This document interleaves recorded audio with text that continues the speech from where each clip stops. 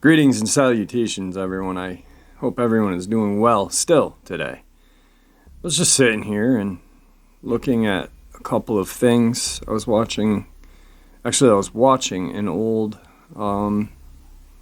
military documentary. And I was like, wait a second. I'm like, why are you being lazy? You've got some stuff you want to share, don't you? So that's what I'm going to do. But before we get into that, a couple links. As you know, I rely on my Patreon, my PayPal, and my merch store to help the channel to continue to grow and go. Those links are in the description below. Also, Dogman Frightening Encounters, Volume 1, 2, and 3. The audiobook version. They were written by Tom Lyons, narrated and produced by me, Jeffrey Nadolny. They're available on Audible, Amazon, and iTunes, and the links to those audiobooks are in the description as well. Now, everyone, I have taken enough of your time. Let's get on with today's upload, shall we? Today's first part of the upload. I was an infantryman during the 2003 U.S. invasion of Iraq. We entered Baghdad, then occupied an airfield north of the city. Then we headed north on Highway 1. Most of my unit remained in Tikrit, Saddam's hometown, but my company continued north with the 66th Armored Regiment towards a huge enemy ammunition depot near Baji. We began to operate in the area and then soon moved to the nearest airfield, K2, and established a more permanent post. There was an abandoned residential area at K2 Airfield, not far from the end of the runway. This was the lodging for the Iraq Air Force and operated the base, but they left before we arrived. What was strange is that it seems to have been abandoned long before our invasion. There were pots and pans in the sink, clothes hung on a rope, but everything was covered in a thick layer of dust. The marauders were there, of course. They were everywhere at the time, but they took almost nothing from there. My unit moved to the end of the airfield, to several bombed-out warehouses, and another company moved to the largest houses in the abandoned residential area that we began to call the Ghost Town. But they left thereafter about a week. I asked one of the very tired-looking military men why they fled from there, because we all envied the fact that they lived in real houses, albeit abandoned, dilapidated, and not in bombed-out warehouses like us, and I was curious to know the reason of their leaving so soon. He said that they could not sleep there because the doors of the apartments were opening and closing at night, and they also heard footsteps running back and forth along the corridors. And then finally they began to see children's faces looking at them through the windows. The U.S. Army, of course, does not believe in ghosts, but you understand that in order to force their command to withdraw their entire company from a ghost town, some very tangible events had to happen that affected their combat readiness. Their move meant that now our residence was the new perimeter of our point closest to the ghost town, so now every night we provided night security for our warehouse. Each of us had an hour shift, and the watch lasted all night. We had thermal sights, night vision, and we sat and scanned the desert looking for enemy activity. During the shift, we all heard sounds as if children were laughing and playing somewhere all night. It looks like there was a playground in the ghost town, but we checked it with our thermal imaging, and it was always empty. Pebbles were often thrown at us. We sat on watch seemingly in pairs and heard laughter when something was throwing stones at us. Nothing fancy, but imagine seeing stones bounce off your face, your helmet, and your vest. All this time we scanned with night vision equipment and never saw anyone. This happened night after night. We all talked about it with each other, and nobody was happy with it, but we gradually got used to this state of affairs. In 2004, our command changed, and upon learning of this strange situation, our new commander began to convince us there is no supernatural activity in this ghost town, only enemy activity. This was partly true because from the direction we had several times been attacked with sniper fire and RPGs. So we decided to organize a night patrol and ambush the ghost town every night. We were already busy looking for weapons of mass destruction during the day, raiding Saddam's baths at night. We had 18 to 36-hour patrols, guarding convoys, more patrols, a show of force ambushes, a lot of work. And now this as well? So we started doing these patrols. My squad made a new patrol several times, and when I walked through the ghost town, it always seemed too dark. From the time of colonialism, an old British fort with firing ports and towers remained there. Sidewalks, streets, and pretty decent houses were all empty. While patrolling, we could still hear children playing somewhere, but these sounds here seemed as faint and muffled as when we were guarding the perimeter. We climbed on the roof, ambushed, and just listened. Howling winds, children's voices, and more. We were patrolling a ghost town with a modified wedge one night. One of our soldiers suddenly exclaimed, "What the fuck?" and then shouted, "What the hell is this?" He aimed his weapon in the middle of our formation, then dropped his weapon and ran away. He ran alone in the dark, unarmed, in the middle of a battle zone, trying to get away from everyone. Those of us who looked where he pointed had seen it. Those of us who looked at the fleeing soldier heard this. With us was a solid shadow, slightly human-like, tall, with long arms, thin legs, and very narrow torso. He turned his head back and forth, as if surprised to be found. He bent down and then jumped. He squatted down on the nearest mesh fence, still facing us, and turned his head to look at us. Then his eyes quickly flashed red, and then he jumped off the fence and disappeared into the night. We caught up with the escaped soldier. Our detachment was furious. He was scolded a little, as he completely lost his composure, screamed and cried. This soldier was once a brave soldier. I personally saw him shoot the enemy at close range. We've all been through a lot, and we were confident and competent. And what we saw that night was not the worst that we experienced in this war. But the common enemy was clear to us all, and this creature was not. This was by far the most disturbing thing I had ever seen, as it seemed to have a goal of keeping up with us. From that moment, when it was our turn to patrol the ghost town, our squad leader led us to the outskirts, and we just sat in ambush. I'm sure we all appreciate it to this day. Today's second encounter is a subscriber's submission. The encounter my brother and I had happened in the late 80s or early 90s, I'm not sure. It was the second day of deer season in southern Ohio. My brother had a .358 Winchester and I had a .308 Ruger, which you are not supposed to be hunting with. The farm we hunted on was rented by my dad's brother. I've hunted on this farm from 1966 when I had turned 13. The day had started early, like all deer hunts do for us, on the stand by 5:30. I was sitting on a fallen log with my back to the woods facing a freshly shelled cornfield. My brother was 50 to 60 yards to my right, sitting on a tree stump facing the same field. Around 10, my brother started shooting, so I stepped out, thinking maybe to get a shot at the deer. Also, only when I stepped out, it wasn't a deer my brother was shooting at, but what looked like a giant German shepherd charging at him on its hind legs. So I raised my rifle and shot, hitting it on the right shoulder, and the second shot hit it in the head.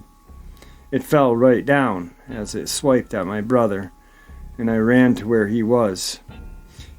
He had a slash on his left shoulder. I think his coat kept it from being worse. So we got to our Jeep and took him to our uncle's house and called for the squad.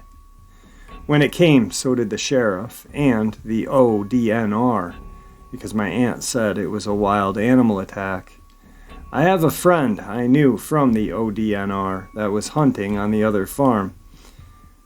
He arrived also. My brother went in the squad, and I took everyone back to look at what we described to look at. No one believed us, so seeing is believing. This thing we had shot looked like a werewolf, long black hair like a wolf, its belly fur was white, paws and fingers like a raccoon, only huge, and claws 3 to 4 inches long. Rear feet looked like a raccoon, only about 15 inches long. Teeth like a giant dog/wolf, very muscular upper body, and the legs were not wolf-like, in that way more man-like. Long, dog-like muzzle, pointed ears on the top of its head. My brother had shot it 4 times in the chest area. I had shot twice, once in the right shoulder area and the head shot. No one from the ODNR or the sheriff knew what it was, and they took tons of pics of it. It was before I had a cell phone, and I didn't have a camera. I asked my friend from the ODNR if he would get me and brother some pics.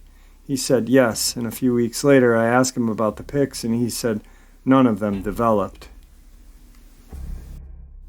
This is what my brother told how this unfolded. He said that he saw 3, what he said he thought was 3 German Shepherd dogs coming across the cornfield, kind of loping along toward him. And he didn't give it much thought because a neighbor farm had some dogs, but as they came closer, he noticed that they were huge. So he started keeping a closer eye on them.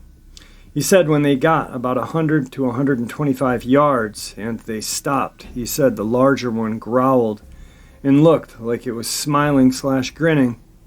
The other 2 started running to my brother's right, and the larger one stood on its hind legs, charged at him. That's when he started shooting, and I came to the picture.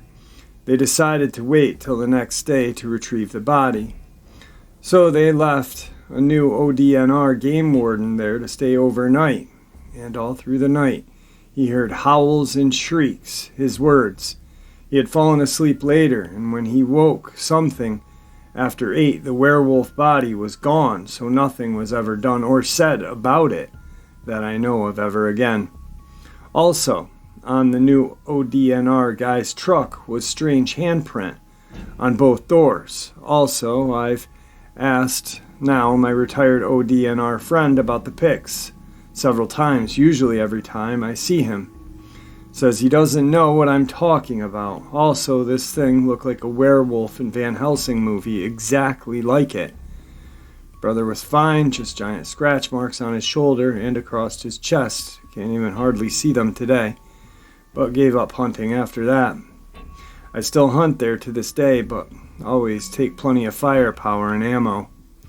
Me and him talk about it some, but he won't talk to anyone else about it. And you are the only one I've ever told this story to, other than my family. If you think the story is worth sharing, you may, just don't say who wrote it. So then he attached a couple things. Also, brother's injuries were listed as a dog bite. Jeff, it was the first day of gun season in Ohio. Second, the thing smelled really bad, like wet dog and roadkill. That was a few days old. Don't know if I said that before. Sorry, Jeff, old memory. Creature was about 7.5 feet tall. My brother also said when the first one saw them, they were on all 4s, but walked very odd, and also said when the big one charged on its hind legs, the other 2 ran off on all 4s. Now, I've got this gentleman's phone number, and I know that he didn't want me to mention his name, so I'm not going to, but I'm going to ask if he'll come on the show. I always respect anonymity, everyone, so if you do have an encounter and you want to share it, you never have to tell us your name or anything like that. So I'm hoping that he will agree to come on and share everything that I just shared with you in his voice. I think it'd be an amazing upload if I could, maybe he could get his brother and himself on. But, I understand it's, you either get, how I always say, you either, once you have an encounter, you are just ready to learn more about these things, or you just become very depressed and kind of turn into not a recluse, but an emotional recluse, if that makes any sense. I don't know. Hopefully this guy will agree to come on, because I think it'll be an amazing interview. All right, moving on with the last part of the bonus upload. Today's final part of the upload. Trey Hudson toured Afghanistan with the U.S. military and now heads up a paranormal hunting group. One particular experience has convinced him the legendary Bigfoot exists. Paranormal investigator has claimed one of his team witnessed the legendary beast Bigfoot, rumored to roam North America, but it vanished without a trace. Trey Hudson, who is the director of the Oxford Paranormal Society and served in the U.S. military in Afghanistan as Operations and Counterterrorism Officer, talks about some of the phenomenon he says his team has witnessed. He's been leading paranormal expeditions at a top-secret location known only by its code name, The Meadow. And his new book, The Meadow Project, Exploration into the South Skinwalker Ranch, has just been published, leaping to number 1 in Amazon's paranormal section. Over the years, Trey claims to have witnessed some truly bizarre things, and one of the expeditions has made him consider that Bigfoot could be more than flesh and blood and have special powers. A being described as similar in appearance to Bigfoot, also known as Sasquatch, was allegedly spotted by a member of his team in the middle of the night in a chilling encounter. Recalling the event, Trey said, it was about 2 or 3 a.m. He saw a white humanoid-type shape peering around the tree watching our camp. He went to get one of our team members who has some very sensitive piece of thermal equipment, a very expensive FLIR unit, to see if she could detect the heat signature of this being, and by the time she woke up and gathered her wits and the equipment and got out there, the entity, or being, was gone. Even weirder, he said there was also no physical evidence of a figure or animal standing in the same spot when they investigated. Trey added, it's interesting to note many members of my team are also trained in tracking. We know how to track a person through the forest, look for footfalls, disturbances in the environment, compressed earth, compressed vegetation, etc. We went to the area where he had seen this, looking for any disturbed vegetation, scruff marks in the bark on any tree or anything, and we could find no evidence this creature was there in physical form. Of course, a plausible explanation for there being no evidence of a figure standing in the spot could simply be because it never existed in the first place. But Trey remains open-minded about Bigfoot theory and believes the experience proves the mythical creature is both living animal and dimension-hopping manifestation. He explained human beings have these amazing abilities to transcend our three-dimensional nature, so we can actually project ourselves, our thought form, into another dimension. Is it not reasonable to think that maybe Bigfoot and other animals also have these abilities? Maybe their abilities are either on par or exceed our abilities, and they can take in and out of existence at will. This Bigfoot flesh and blood? I think yes. Bigfoot may be paranormal. Maybe answer once again yes. The Bigfoot trans-dimensional? Once again, maybe the answer is yes. Alright guys, I hope you enjoyed tonight's bonus upload. Like I said, I'm going to talk to the gentleman from the second part of the upload and see if I can get him to come on and share his experiences with us. Yeah, this was definitely a cool one. I had these and I wanted to share them because they were that cool, I thought. Anyway, have a great night and see you tomorrow. See ya!